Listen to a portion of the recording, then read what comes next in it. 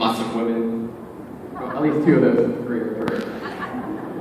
Anyhow, before I get too ahead of myself, allow me to do a formal introduction. My name is Talmo. I'm a junior bioinformatics and computational biology major, which is really just a fancy way of saying that I use computers to study biology. I was born in São Paulo, Brazil, where I was raised for 15 years. I learned English and eventually made my way to the United States just in time to become a sophomore in high school. During my senior year of high school, I got my first real taste of research through a program at the National Institutes of Health, and I've been pretty much hooked ever since. Knowing that science was what I wanted to do, I knew that I had to pursue a PhD.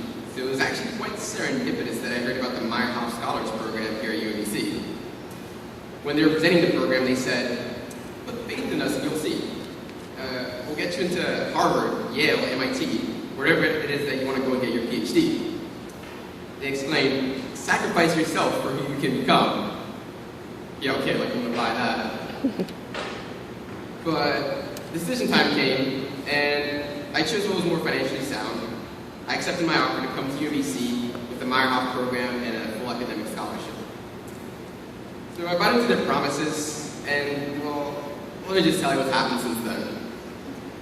My freshman year, working closely with Dr. Judah Ronge, the Dean of the Erickson School of Aging, I participated in an interdisciplinary collaboration to design and prototype futuristic technologies to be used 50 years from now with the goal of improving the quality of life of the aged.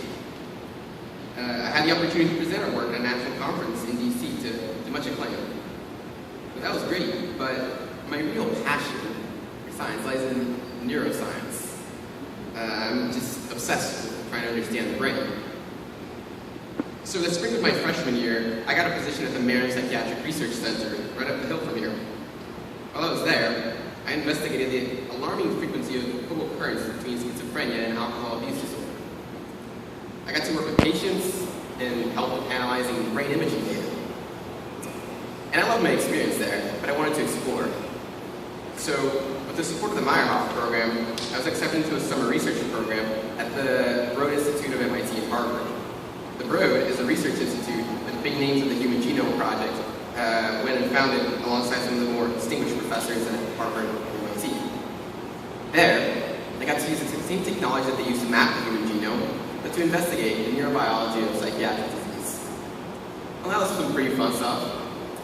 I learned a lot. I got to present my research at another national conference, but I still wanted to do more. I mean, I was back here at UMBC, and I wanted to continue doing my research, so I looked for opportunities in the biological sciences department here, and ended up working in Dr. Ivan Arrow's lab.